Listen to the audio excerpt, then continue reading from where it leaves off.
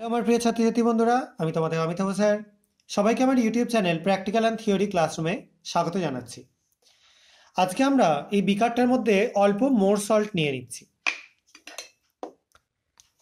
খুব সামান্য নিয়ে নেব। মোর সল্টের এখানে যে ক্রিস্টালগুলো রয়েছে সেগুলো অনেক স্ট্রং ক্রিস্টাল, গলতে সময় লাগবে। যাই হোক, আমরা এর মধ্যে কিছুটা ডিস্টিল ওয়াটার যোগ করে দিচ্ছি। একটা মোটামুটি আমরা 25 ml মতো নিয়ে নিলাম। আমি আজকে পিপেট আউট করে তোমাদের এমনি দেখাচ্ছি না, জাস্ট আমি একটা রাফ এক্সপেরিমেন্ট করে দেখাচ্ছি, যেটা থেকে তোমরা ট্রাইটেশন খুব সহজে করতে পারবে।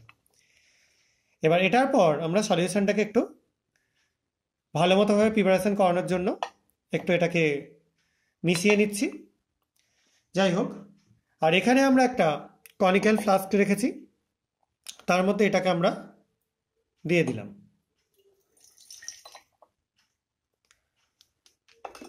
এবার এর মধ্যে আমি একটু যোগ করে দিচ্ছি কনসেন্ট্রেট সালফিউরিক অ্যাসিড, গাঢ় সালফিউরিক অ্যাসিড।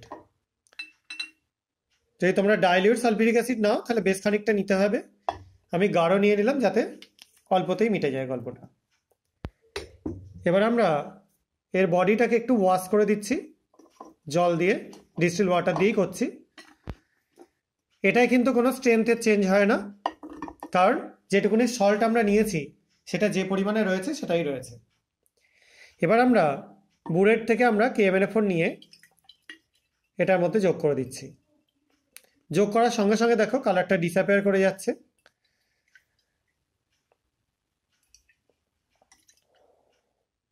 এই কালারটা ডিসঅ্যাপিয়ার কেন করে যাচ্ছে? কারণ KMNO4 বা পটাশিয়াম পার ম্যাঙ্গানেটের সাথে যখন আমরা মোর সল্টে রিয়াকশান করাই, তখন সেখানে মোর সল্টের যে Fe রয়েছে সেটা +2 স্টেটে রয়েছে, সেটা হয়ে যায় +3 স্টেটে, অর্থাৎ Fe2SO4 হোল থ্রাইস হয়ে যায়।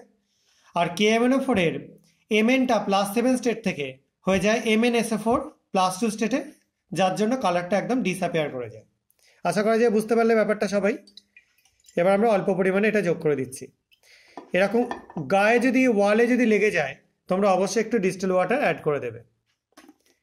দেখো একটা একদম লাইট পিঙ্ক কালারেশন আসছে। এই কালারেশনটা তোমাদের যদি মোটামুটি আধ ঘন্টা 30 সেকেন্ড স্টে করে, তাহলে তোমরা মোটামুটি কনফার্ম হয়ে যাবে যে তোমরা টাইট্রেশন পয়েন্ট পেয়ে গিয়েছো। এবং তোমাদের এখানে বুলেটের রিডিংয়ে কতটা চেঞ্জ হলো সেটা দেখে তোমরা খুব সহজেই কতটা অ্যামাউন্ট KMNO4 সলিউশন তোমরা ইউজ করেছো সেটা বের করতে পারবে। আশা করা যায় তোমরা এই এক্সপেরিমেন্টটা বুঝতে পেরেছো। এটা ট্রাইটেশনের একটা পার্ট, আমি জাস্ট একটা রাফ করে দেখালাম।